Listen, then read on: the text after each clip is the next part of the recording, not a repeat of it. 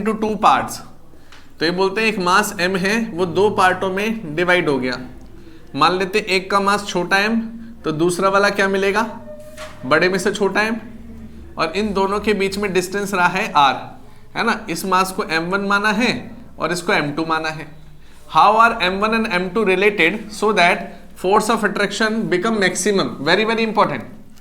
तो यहां पर देखना ग्रेविटेशन में g times of m1 m2 upon r square होता है। यह वेरिएबल कौन है, मास, है ना। तो यहां वेरिएबल कौन है, हमारा मास। अगर यहां पर मास मेरा वेरिएबल है तो इसका मतलब यहां पे डिफरेंशिएशन मास के रिस्पेक्ट में ही करना चाहिए, df upon dm equal to 0, तभी तो मुझे फोर्स मैक्सिमम मिलेगा। यस और नो, मैक्सिमम मिनिमा की ये कंडीशन होती है ना, सबसे पहले उसका डिफरेंशिएशन करके उसको क्या कर देंगे, 0। तो जो फोर्स की वैल्यू है वो g times of small m, और यहां आ जाएगा बिग M माइनस में small m upon r square.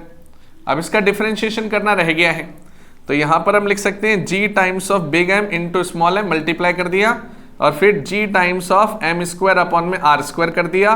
अब इसका मैं डिफरेंशिएशन कर सकता हूं कि नहीं। अगर मैं इसका डिफरेंशिएट कर दूंगा किसके रिस्पेक्ट में, differentiate with respect to mass, तो आप देखेंगे df अपॉन में dm इक्वल टू 0। तो आप इस पूरे पोर्शन का देखें तो r स्क्वायर पूरा शून्य में चला गया। अब ये बताना m का डिफरेंशिएशन m के रिस्पेक्ट में 1 होगा कि नहीं, छोटे वाले m का। तो यहां से वैल्यू क्या मिलेगी, gm माइनस यहां पे m स्क्वायर का डिफरेंशिएशन करोगे तो कितना आएगा, ट्वाइस ऑफ m, और बिग G बना रहेगा। यस और नो। अब यहां पर देखना ये वैल्यू एक तरफ g से g कैंसल आउट होता हुआ नजर आ रहा है। अब आप देखेंगे माइनस 2m प्लस हो जाएगा, तो m की वैल्यू कितनी हो जाएगी, m अपॉन 2। तो अगर m1 m अपॉन 2 है तो m2 भी कितना हो जाएगा, m अपॉन 2। आंसर खत्म। अगर इसमें MCQ आ जाता तो कभी भी फोर्स मैक्सिमम हो तो ऐसा समझ लेना दो बॉक्सर हैं, अपने दोनों बॉक्सर रिंग में उतार दिए, अब वो लड़ाई कर रहे हैं, हमें मैक्सिमम फोर्स देखना है, तो वो दोनों बॉक्सर बराबर ताकत के होने चाहिए, तभी तो फोर्स मैक्सिमम लगेगा, है ना। तो जो मेरा मास है वो आधे आधे में बट गया, m/2 m/2, तो MCQ में सीधे टिक लगा सकते हो। बाकी डिफरेंशिएशन से मैंने कर दिया। क्लास 12th में भी सिमिलर क्वेश्चन चार्ज की फॉर्म में आएगा अगले साल, है ना। चार्जेस की फॉर्म में dq अपॉन, वहां पे हम चार्ज की फॉर्म में कूलम्स लॉ करते हैं, सिमिलर क्वेश्चन उन्होंने बनाया हुआ है। So I hope you understand it very well. अब हम आगे चलते हैं।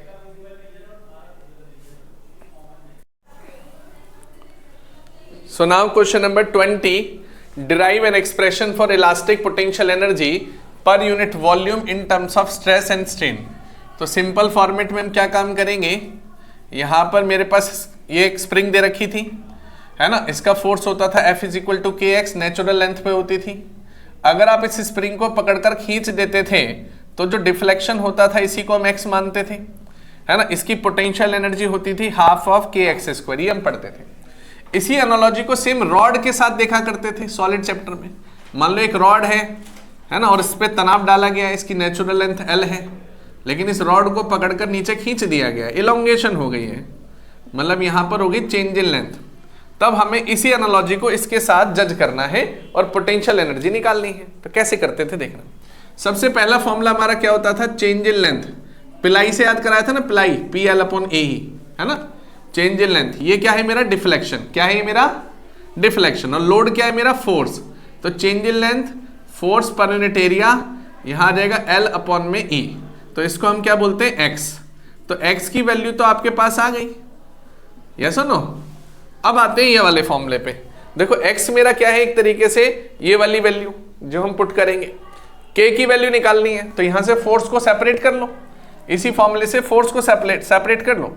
तो यहां force into L upon AE, तो आप देखेंगे A times of E upon में L, AE इंटू में डेल्टा L इक्वल टू में फोर्स। तो F is equal to KX, x की जगह तो ये आ रहा है, यस और नो। तो k की जगह क्या बनेगा, AE अपॉन L। तो यहां से आपने k की भी वैल्यू निकाल ली, AE अपॉन L। तो आपके पास k आ गया, आपके पास x आ गया। इन दोनों की वैल्यू को उठा के अब हम यहां पर पटक देंगे, है ना, और डेरिवेशन कंप्लीट होती हुई नजर आएगी। तो शुरू करते हैं। हाँ, u equal to half of k की जगह a times of E upon L, x की जगह F अपॉन में A इंटू L अपॉन में E का होल स्क्वायर। फिर यहां पर देखें half A times of E upon L, यहां आ जाएगा F square upon A square into L square upon E square. ऐसा लिख सकते हैं। अच्छा, फोर्स पर यूनिट एरिया स्ट्रेस का स्क्वायर होता है कि नहीं? स्ट्रेस फोर्स पर यूनिट एरिया होता है, तो हाफ ऑफ, अच्छा एक लेंथ से एक लेंथ काट दो, base area into height volume होता है, इसको वॉल्यूम लिख दो, यहाँ पे एक ई से एक ई काट दो, और यहाँ क्या बना मेरे पास? स्ट्रेस का होल स्क्वायर। यहाँ तक क्लियर है? अब देखो वॉल्यूम बन गया, ठीक है, ये स्ट्रेस बन गया, और नीचे क्या बचा मेरे पास? ई बना। अब इस वॉल्यूम को इधर ले जाइए, क्योंकि पोटेंशियल एनर्जी पर unit volume equal to half of, यहाँ आ रहा है मेरे पास स्ट्रेस का होल स्क्वायर इनटू 1/E। ये बनेगा कि नहीं? है ना, कैमरे पे दिख रहा है सबको?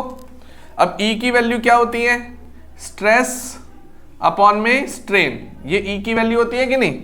तो यहाँ पे लिख दो आप स्ट्रेस अपॉन में स्ट्रेन, तो स्ट्रेन को ऊपर ले जाके घुमा दो, देन हाफ ऑफ, यहाँ आएगा स्ट्रेस का होल स्क्वायर, यहाँ आएगा मेरे पास स्ट्रेन, और नीचे क्या आ जाएगा मेरा? स्ट्रेस। तो एक स्ट्रेस से एक स्ट्रेस कट जाएगा। अब आंसर क्या आया? ये भी दिख रहा है कैमरे पे?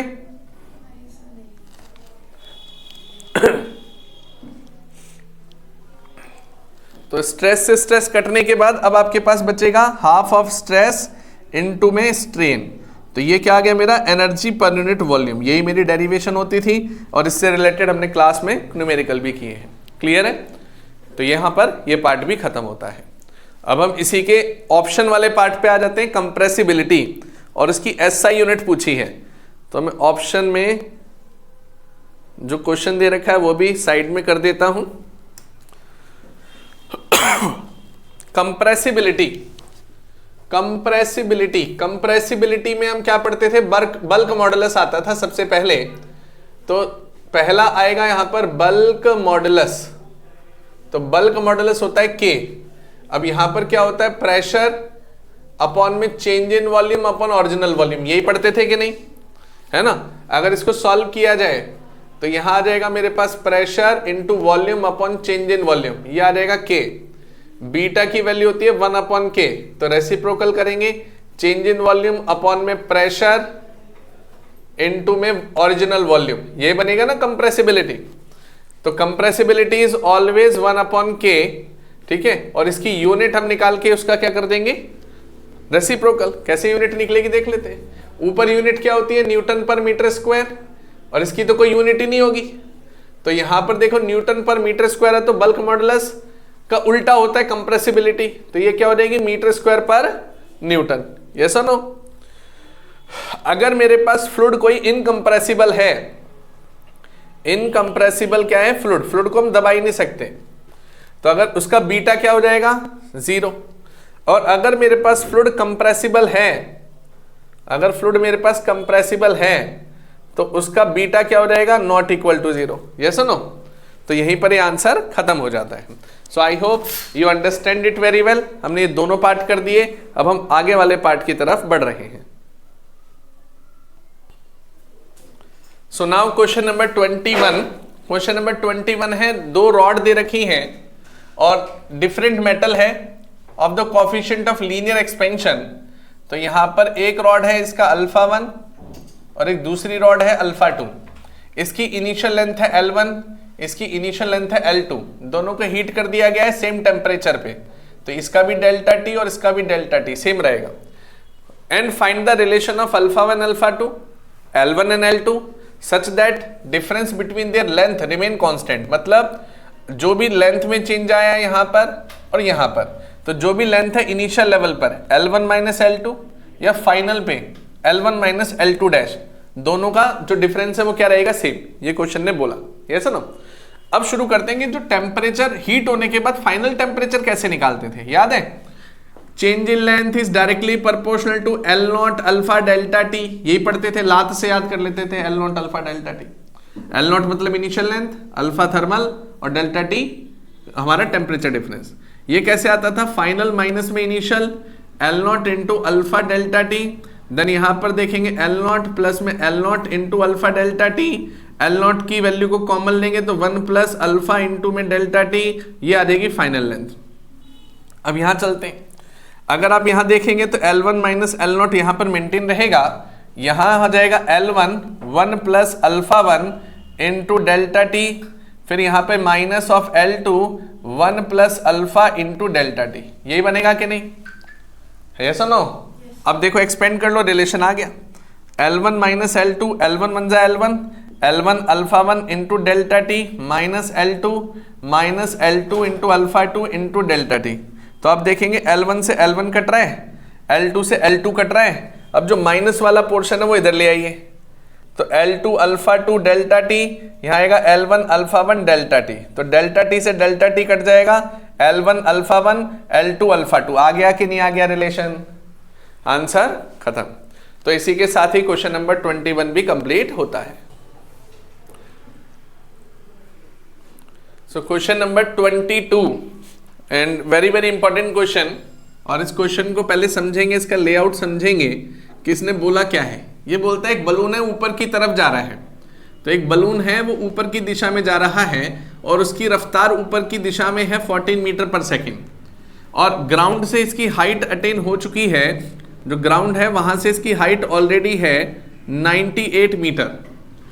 एंड जैसे इस पैकेट को इसमें से ड्रॉप किया जाएगा, तो सबसे पहला कॉन्सेप्ट समझना, जब भी कोई भी पार्टिकल इस बलून से डिटैच होगा, ठीक है शिवाक्षी देख, जब भी पार्टिकल डिटैच होगा तो पार्टिकल ऐसे ऊपर से नीचे जाएगा ना थोड़ा सा, या तो मैं थोड़ा बड़ा बना दे रहा हूं पार्टिकल, लेकिन पार्टिकल थोड़ी देर तो ऊपर इसकी गति से जाएगा तब नीचे आएगा।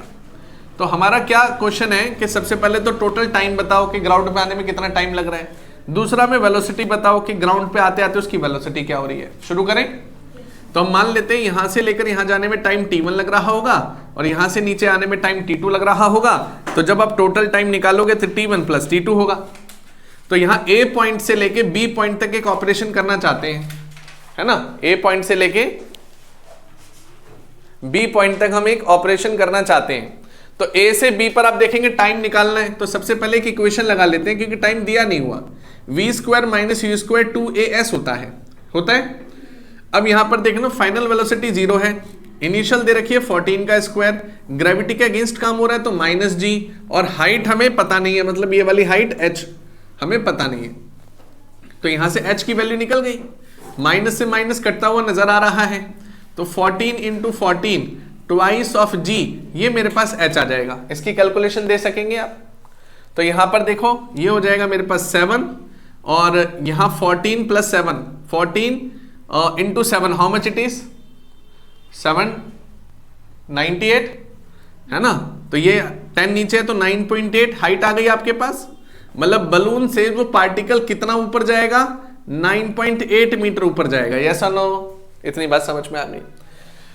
अब नाउ टाइम कितना लेगा वो यहां तक जाने में, उसके लिए हम सिंपल क्या लगा सकते हैं, v is equal to U plus 80 लगा सकते हैं क्या, अरे टाइम कितना लेगा, v is equal to U plus 80, v 0 है, u 14 है, ये माइनस g है, और ये लो टाइम भी आ गया। तो यहां पर देखेंगे तो 14 माइनस फिर ये आ जाएगा 10, तो टाइम कितना लग रहा है उसे 1.4 सेकेंड, ऊपर जाने में कितना टाइम लग रहा है 1.4 सेकेंड। इतना क्लियर हो गया। अब ये बताना इतनी हाइट है 9.8 और ये 98 मीटर, तो टोटल हाइट यहां से यहां तक कितनी होगी, तो टोटल बड़ी वाली हाइट ले लेते हैं h डैश, इसको मैं क्या मान लेता हूं h डैश, तो 98 प्लस 9.8 ये कितना बनेगा 98 और 9.8, यहां 8 आएगा और यहां आ जाएगा 8 और 8 16 17, और यहां 107 107.8, ये बनेगा कि नहीं, है ना। अब इस हाइट को लेके हम वेलोसिटी भी निकाल सकते हैं और टाइम भी। कैसे देखते हैं, अगर आप यहां से शुरुआत कर रहे हैं तो इनिशियल वेलोसिटी 0 मानी जाएगी इस बार, और v is equal to U plus 80 हम ले सकते हैं कि नहीं, हमें v निकालना है। तो शुरुआत करते हैं, यहाँ पे हमारे पास टाइम t2 भी नहीं है, तो उसके लिए हम पहले v² माइनस u² 2as लगा लेते हैं। तो फाइनल वेलोसिटी मुझे निकालनी है, u मेरा कितना है, यहाँ पर 0 है, ग्रेविटी कितनी हो जाएगी 10, और हाइट कितनी हो जाएगी 107.8। मेरी ही बुकलेट का कैलकुलस का क्वेश्चन है, ये सेम कैलकुलस में करते थे हम मोशन स्ट्रेट लाइन में। अब यहां पर देखना v² 2 इंटू 10 107.8, तो ये वेलोसिटी निकल आएगी 2 इंटू 10 107.8। मैं आपको कैलकुलेशन दे देता हूं इसकी ताकि हमारा टाइम बच जाए। तो इसकी कैलकुलेशन आ रही है 46.43 मीटर पर सेकेंड। आपने वेलोसिटी बता दी जो वो पूछ रहा था कि what velocity does it reach the ground, वो मेरे पास निकल आई। Now after how much time तो कितने टाइम बाद ये पार्टिकल नीचे पहुंचा, उसके लिए मुझे T1 तो पता है लेकिन T2 नहीं पता है। इसके लिए अब कौन सी इक्वेशन लगा देंगे, v is equal to U plus A T. तो 46.43 इक्वल टू u 0 है, acceleration due to gravity g है और टाइम T2 में निकाल लूंगा। तो 46.43 डिवाइडेड बाय 10 करते ही T2 आ गया जो कि 4.643 सेकेंड, ये मेरे पास T2 बनता है। तो एक तरफ T1 है एक तरफ T2 है, कैमरे में दिख रहा है क्या? तो T1 प्लस T2 तो याद रहेगा 1.4, याद रहेगा 4.64। तो इन दोनों को ऐड कर दो, 1.4 और 4.64 समथिंग कितना होगा, 6 सेकंड के आसपास आ रहा है आंसर।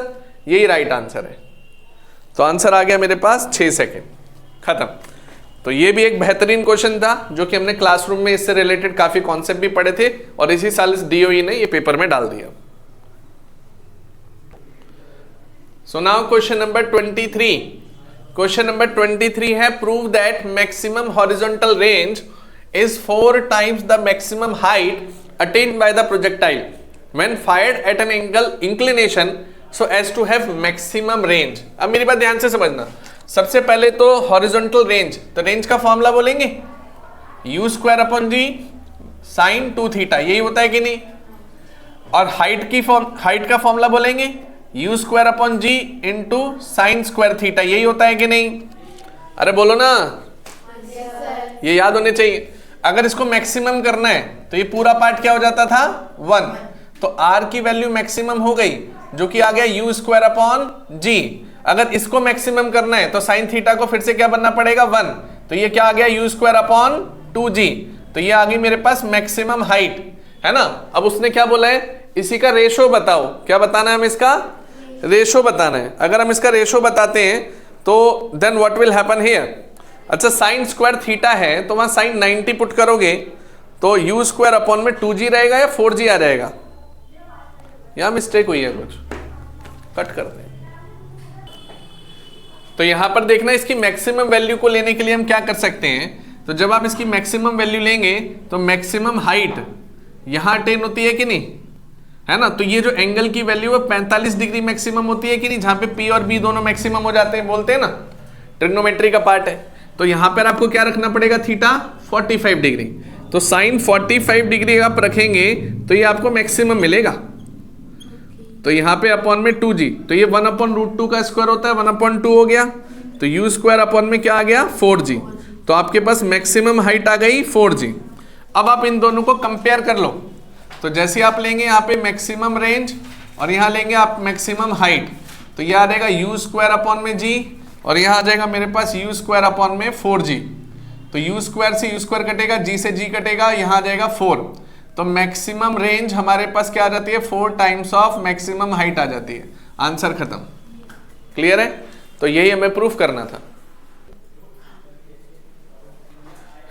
सो नाउ क्वेश्चन नंबर 24।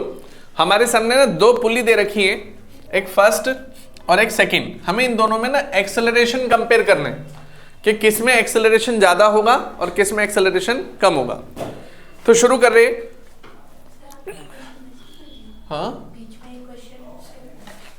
नहीं 23 है, 23 के बाद 24 यही है, DOE का पेपर है। वो तो और में है ना, ऑप्शन है वो तो। अब यहां पर देखेंगे, इस वाले ब्लॉक पे चलते हैं। अब इस ब्लॉक में देखें तो टेंशन T ऊपर लग रही है और वेट फोर्स नीचे लग रहा है। अब देखो किसमें भारी वेट है, ये हल्का है, भारी है, तो एक्सेलरेशन ऊपर जा रहा होगा और इसका एक्सेलरेशन नीचे, यस और नो। हाँ, तो यहां पर देखना एक्सेलरेशन ऊपर जा रहा है और वेट फोर्स नीचे जा रहा है, तो टेंशन में से वेट फोर्स माइनस हो जाएगा, तो ये ma हो जाएगा, है ना। अब इस पर आते हैं, इस ब्लॉक पे देखेंगे अगर ये पुली ऊपर जा रही है तो एक्सेलरेशन नीचे आ रहा है, तो कौन सा फोर्स जीत जाएगा, 2mg। तो 2mg में से T माइनस हो जाएगा जो कि ट्वाइस ऑफ ma हो जाएगा, है ना। अब इन दोनों को ऐड कर दो तो आपके पास a की वैल्यू निकालनी है हमें। इन दोनों को ऐड करोगे तो कट जाएगा, 2mg में से 1mg गया तो 1mg बनेगा, 2ma और 1ma 3ma बनेगा, m से m कट जाएगा, तो जो a की वैल्यू है वो क्या आ गई आपके पास यहाँ पर g/3 हो गया। इस वाले सिस्टम पे चलते हैं। इस वाले सिस्टम में देखो टेंशन सीधे 2mg के बराबर हो जाएगी, पहली बात। अब यहां देखेंगे इसे पकड़कर इधर खींच रहे हैं और ये सिस्टम ऊपर जा रहा है तो टेंशन बड़ी हो जाएगी और mg छोटा, तो बड़े में से छोटा माइनस करेंगे तो t माइनस mg क्या हो जाएगा, मास इनटू एक्सेलरेशन। तो यहाँ पे देखें तो 2mg माइनस में mg या मास इनटू एक्सेलरेशन, तो यहाँ रहेगा mg is equal to mass into acceleration. तो a की वैल्यू क्या हो जाएगी मेरे पास, g। तो बताना किसका एक्सेलरेशन ज्यादा है, इस g का या इसका, g/3 का। तो ये वाला एक्सेलरेशन सेकंड केस में ज्यादा है, तो आंसर खत्म। ठीक है, so I hope you understand it very well. Show that in an elastic one dimensional collision the relative velocity of approach before collision is equal to the relative velocity of separation। अगर मैं यहाँ पर एक बात करूं तो ये हमारे पास एक मास है m1, ठीक है, इसकी अपनी इनिशियल वेलोसिटी है u1, यहाँ पर मेरे पास है मास m2, इसकी अपनी इनिशियल वेलोसिटी है u2। तो ये जो पार्ट है मेरे पास ये है बिफोर कॉलिजन का, यही बोलते थे। गाड़ी में टक्कर लग चुकी है, टक्कर लगने के बाद इसका मास है m1, इसकी फाइनल वेलोसिटी है v1, इसका मास है m2 और इसकी फाइनल वेलोसिटी है मेरे पास v2। तो ये हो गया मेरा आफ्टर कॉलिजन, है ना। अगर मैं यहां पर देखूं तो कॉलिजन के अंदर हमने क्या पढ़ा था, सबसे पहले तो पहली कंडीशन क्या लगती है, linear conservation of momentum. Yes और नो, अरे बोलो ना। तो लीनियर कंजर्वेशन ऑफ मोमेंटम, तो linear conservation of momentum m1 u1, यहां हो जाता है m2 u2, यहां हो जाता है m1 v1, यहां हो जाता है m2 v2, है ना। अब यहां पर आप m1 और m1 को इकट्ठे लिख लो, m1 u1 m1 v1 m2 v2 minus m2 u2, ये बन जाता है। m1 को कॉमन ले लेंगे, u1 माइनस में v1, m2 into v2 minus में u2, ये पोर्शन मेरा बनेगा। तो यहां पर देखिए ये फर्स्ट इक्वेशन आ गई कि नहीं। अब ऐसी okay, due to the space problem बीच में वीडियो कट हो गई होगी, यहां से मैं रिपीट कर रहा हूं। हमने कंजर्वेशन ऑफ काइनेटिक एनर्जी लगाया, जिसके अंदर हमने हाफ काट दिया, कैंसिल आउट कर दिया, और उसके बाद m1 को m1 के पास ले गए, m1 को कॉमन लिया, a² माइनस b² की आइडेंटिटी लगा दी। अब हम इन दोनों को डिवाइड करा रहे हैं, फर्स्ट और सेकंड दोनों इक्वेशन को मैं डिवाइड करा रहा हूं। डिवाइड कराने के बाद आपका ये पार्ट कट गया है, कटने के बाद ये u1 plus v1 equal to v2 plus u2 आ रहा है। तो u1 में से u2 माइनस हो गया और v2 में से v1 माइनस हो गया। तो ये जो वेलोसिटी होती है इसे हम क्या बोलते थे, वेलोसिटी ऑफ अप्रोच। क्या बोलते हैं इसे हम, हाँ, और इसको हम क्या बोलते हैं, वेलोसिटी ऑफ सेपरेशन। तो वेलोसिटी ऑफ अप्रोच हमारी वेलोसिटी ऑफ सेपरेशन के बराबर होती है। आंसर खत्म। यही हमारा इलास्टिक कॉलिजन भी होता था। अगर एडिशनल नॉलेज बताएं तो ई को हम क्या बोलते थे, कोफिशिएंट ऑफ रेस्टिट्यूशन। क्या बोलते थे, रेस्टिट्यूशन। कोफिशिएंट ऑफ रेस्टिट्यूशन क्या होता था, आउटपुट अपॉन इनपुट। आउटपुट ये रहा है ना, v2 माइनस v1, और इनपुट क्या है, u1 माइनस u2। तो ये भी एक नंबर में पूछ लेता है कई बार। तो v2 minus v1 upon u1 minus u2, तो एक कोफिशिएंट ऑफ रेस्टिट्यूशन। तो क्वेश्चन नंबर 25 भी हमारा कंप्लीट होता है।